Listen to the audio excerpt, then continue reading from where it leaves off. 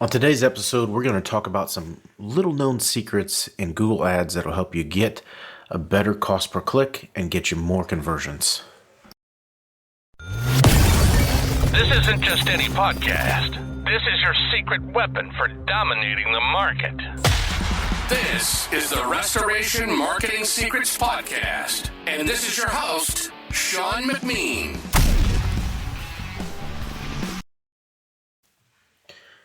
Hi, this is Sean from Restoration Marketing Secrets Podcast, and today we're going to talk about Google Ads and some tips to help you get better conversions and better cost per click within Google Ads. If you've ever ran Google Ads, Google Search Ads, or Google pay-per-click ads for your water damage restoration business or home service business, you know that there can be ups and downs within Google Ads. 1 month you could be crushing it, 1 week you could be crushing it, and then the next month or the next week, ghost, crickets, silence, just like that. It happens quite frequently, and so you don't want to over-optimize the campaign on a daily basis, or even weekly. You don't want to be doing a bunch of changes because Google has to relearn the algorithm, what's going on. But what you want to do is set up your campaign to have some success. So I'm going to talk to you about 2 tips today that will help you set up your campaign for success. This is going to be short, quick, and to the point. The first thing that I would highly recommend is if you're doing Google search campaign ads and you have a landing page that you're sending those clicks to, never send them to your homepage. Send them to a dedicated landing page that talks about the services that you provide within that specific ad.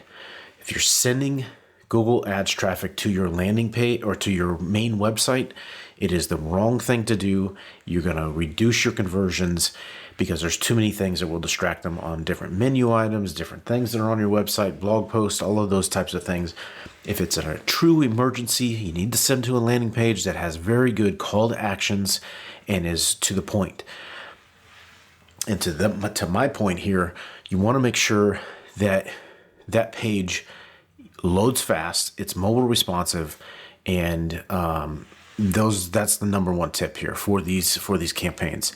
The second piece here is that you want to set up Google Ads campaigns that are themed in a specific way.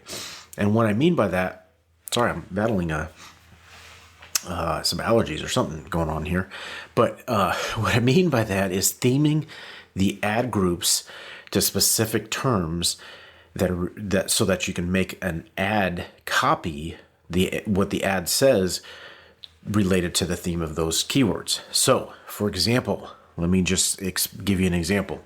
So, if your primary area that you're targeting is related to maybe Chicago or Los Angeles, you want to have a themed ad group that is related to Los Angeles.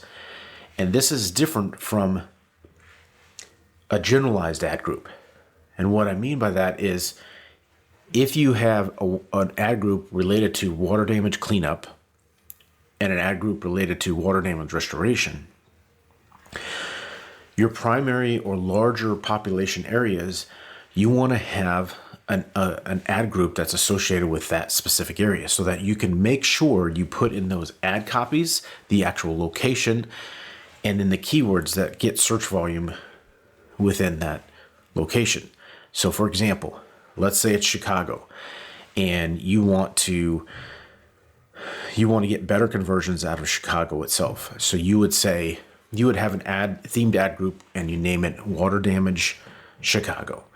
And then you want to have keywords in there that are location or geo-based keywords, such as Chicago water damage restoration or Water Restoration Services Chicago, Water Restoration Company Chicago, Illinois, Chicago Water Restoration Services, Chicago Water Mitigation.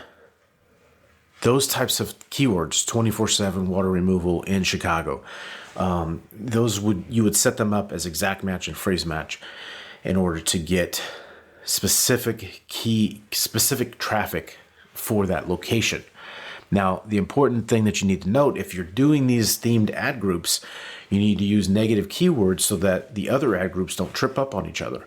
So if you had a generalized water damage restoration themed ad group, you would want, and then you have a geolocation for water damage Chicago, you would want to have Chicago as a negative keyword in that generalized category. Now, if this is over your head and you're like, yeah, this makes sense, maybe, but I don't get it, you're not alone. Google Ads is a complex thing to manage. But at the end of the day, if you have some tips on, and you have somebody running it for you, look for those questions. Number one, let's just recap. Number one, you want to make sure you have a landing page that is dedicated towards the service that you're trying to receive clicks for or conversions for or phone calls for. On that page needs to be very specific to what's going on, and you can even include locations into that page. Very clear call to actions to get them to either submit a form or call you or live chat, one of those things. So that's your landing page. Do not send to your homepage. Don't even send to a service page on your website. Make it a simplified landing page. Number two, theme your ad groups based on similar related terms. Google Ads is related to search terms. People type in the search term.